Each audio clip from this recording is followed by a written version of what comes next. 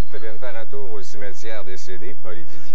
Bienvenue au cimetière. Et ça, c'est leur album. Moi, j'ai bien aimé ça parce que, justement, je disais que ça apportait un petit peu de rock dans le paysage hip-hop québécois. Est-ce que vous êtes d'accord avec ça? Oui. C'était votre vue? Oui, mais c'est encore smooth là-dessus. Oui? Ouais, je pense que c'est possible d'aller encore beaucoup plus loin. Ah oui, non, ça, c'est sûr que c'est possible d'aller plus loin. Mais si on compare aux autres groupes hip-hop, il y a beaucoup de rock encore là-dessus. Puis il y a des trucs quand même là, qui brassent. Ça squash quand même, ça brasse comme album. Donc, passés musicaux, les Mentoys, bien sûr. Oui, tout à fait. De James Brown. Je jouais du drum avant. Oui. Un groupe avec mon frère, on s'appelait Baghdad Beat. Baghdad Beat. Tu as toujours été un maniaque de musique? Ouais. Hein? Ah ouais? On va commencer avec vous avez un spectacle qui s'en vient, c'est dans le cadre des Francopholies, il faudrait le dire quand même, parce que c'est pas juste un projet de même, les Nouveaux Prophètes, c'est vraiment un vrai groupe et ce sera le 5 août au Spectrum. C'est à quelle heure, hein? 19h. 19h. Il me semble que c'est l'heure qui a été droppée. Il me semble que c'est ça. 19h. 19h, c'est de bonne heure. C'est parce qu'il y a un autre show après, j'imagine, à 22h, quelque chose du genre. Choix musicaux maintenant, c'est ça, disons, on a apporté des trucs un peu smooth, on a une musique qui brasse, puis on arrive avec... Paul, c'est toi qui as choisi Cocteau Twins? Ah oui, Cocteau Twins, c'est pour moi le meilleur groupe alternatif qu'il y a eu là, dans la vague relaxos un peu. Là. En fait, si je peux me permettre de faire un peu le têteux, c'est toi avec New Music Foundation à l'époque. Il m'avait fait connaître Cocteau Twins avec des tunes comme Sugar Hip Hop. J'ai tous leurs albums, j'ai tous leurs essais, j'ai des B-sides, j'ai la collection complète. Juste une note pour les gens qui ne connaîtraient pas, peut-être, qui ont acheté le dernier Massive Attack, ben vous connaissez automatiquement Cocteau Twins parce qu'Elizabeth Fraser, c'est la voix sur Mezzanine, elle a une voix absolument magique. Ensuite de ça, là c'est un peu plus It Takes a Millions to Hold Us Back, Public Enemy. Oui, c'est un peu différent. Mais c'est du classique. Ben, c'est le classique pour moi également maintenant, du côté du hip-hop. Ce que j'avais aimé de Public et ce que j'aime encore, mais ce qui m'avait vraiment fait accrocher à l'époque, c'était le fait qu'il y avait de la guitare. Moi aussi. Avec le hip-hop. C'était pas mal nouveau. Puis j'étais un ancien rocker, j'aime beaucoup la guitare, j'en mets pas mal avec les Nouveaux Prophètes. Puis quand ils sont arrivés avec des chansons comme Channel Zero puis tout ça, j'ai flippé, j'ai fait c'est ça, c'est exactement. Le premier album qu'ils avaient fait eux autres, Bum Rush de Show, j'avais plus ou moins embarqué, mais avec celle-là, j'ai compris, j'ai dit c'est ça que j'aime, c'est ça que peut-être que j'aimerais faire plus tard. Il y en a plusieurs qui sont venus au cimetière, qui ont emmené un disque de Public Enemy, surtout celui-là. C'est vraiment... Et c'est ça, maintenant, il y en a un nouvel album, mais c'est disponible juste sur Internet. Il faut télécharger d'Internet. Fini leur contrat de disque, ils ont tout scrappé. Et Orbital, ici, qui est un groupe, je veux dire, qui était là avant qu'on parle d'Electronica, puis ça nous arrive, là, genre 5 ans en retard au Québec. Là.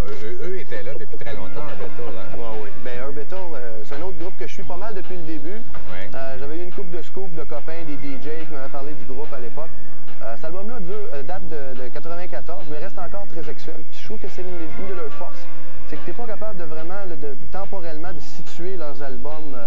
On reconnaît les beats de telle époque ou ils ne sont pas trop lancés dans le drum and bass.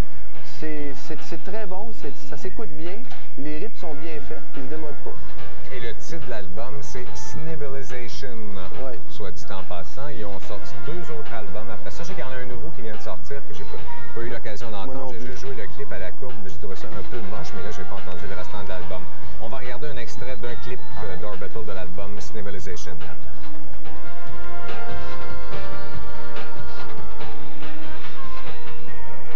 Ensuite, il y a Didier qui a choisi Amon Tobin, dont on commence à entendre parler un peu plus. Oui, en fait, cet album-là, je sais pas où j'ai entendu ça la première fois, mais je pense que c'est Paul. Peut-être au Bellicoon, là. Oui, c'est ça, quand tu faisais la musique.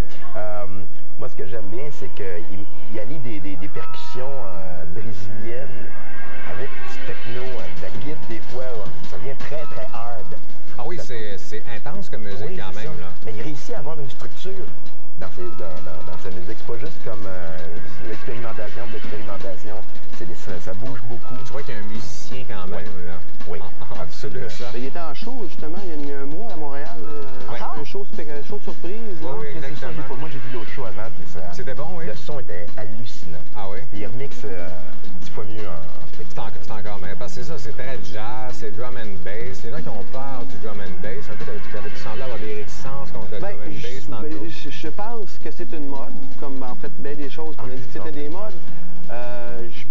Il y en a du bon, il y en a du mauvais. Il faut dire qu'à Manitoba, c'est comme un peu le summum, là. C'est un peu mieux que la moyenne. C'est un peu mieux que la moyenne. Ah, oui. Les gens se basent là, sur lui, je pense, pas mal, pour faire d'autres trips. Il y en a beaucoup qui étaient limités, mais... Et ça, c'est son deuxième album qui s'appelle Permutation, parce que le premier est aussi quand même pas mal intéressant d'Amon Tobin, pour ceux qui veulent découvrir quelque chose de différent. Ensuite, Nusrat Fatet Ali Khan, notre ami, si t'es pas le premier à nous apporter un CD il est décédé. Oui, le feu. Oui, il est décédé. En fait, ça, c'était... Il est encore mort, je pense. Il est encore mort à l'heure bon, ça, je l'ai découvert par Peter Gabriel sur Passion. Il chante pendant 15 secondes, je crois, sur Passion. Sauf que sa voix m'a accroché, je n'étais pas capable de mettre une face là-dessus. OK. Fait que j'ai fait une petite recherche. J'étais arrivé avec celui-là, c'est le premier que j'ai acheté. En fait, à ce temps, j'en ai une panoplie. Ah ouais? Fait que tu peux mettre une grosse face. Oui, mais moi, tu sais, tu te demandes tout le temps l'origine des affaires que t'aimes, comme Cashmere, admettons, de Led Zeppelin. Oui. Là, ça fait comme, wow, OK, c'est exactement ça. C'est de là que ça vient. C'est la source, là. Oui. Oui, en fait, oui. Led Zeppelin ont emprunté énormément au cours de leur carrière. Et c'est celui-là qu'on devrait se procurer de... Ben, moi, j'ai commencé par celui-là. Sinon, peut-être pas lui, parce qu'il a travaillé avec Michael Brooks, il a fait des remixes, ça, avec la Top 25, la gang de Agent of Foundation, je sais pas trop. Ouais. Mais moi, j'aime bien les albums purs de même. Sauf que c'est long, c'est des tunes de 20 minutes. Ah ben oui. C'est quoi le titre? Celui-là s'appelle... Shah. D'accord. Nusrat Fateh Ali Khan. Merci beaucoup. OK, d'accord. Ensuite, le dernier disque, c'est Ayam. Hein? Oui, Ombre et Lumière. Incontournable, Ayam, quand même. Oui. Plus celui-là. Oui. Ouais. Je trouve que là-dessus, ils inventaient plus encore. Okay. Il y a des chansons totalement différentes sur cet album-là. T'as même des chansons qui sont même comiques dessus. Là, ça fait comme, oh wow, ils ont quand même une écriture qui... un petit sens de l'humour, quelque part, c'est pas juste sombre et lugubre. Et, tu sais, on dit toujours que la rap, c'est pas mal toute la même affaire. On parle de ça va mal, ça va mal, ça va mal de ma vie, tout ça. Là-dessus, il y a une chanson qui s'appelle L'aimant, puis je crois que la source est là. Ça fait comme, OK, là, il a tout dit, là. Qu'est-ce que tu veux qu'il écrive après à ce niveau-là? Je trouve que ça, c'est un excellent album. Bien, merci beaucoup, Didier et Paul, de nous faire un petit tour ici à Musique Plus. Le spectacle, n'oubliez pas, c'est le 5 août, Spectrum à 19h, Francophonie. Et ça, c'est l'album que je vous conseille.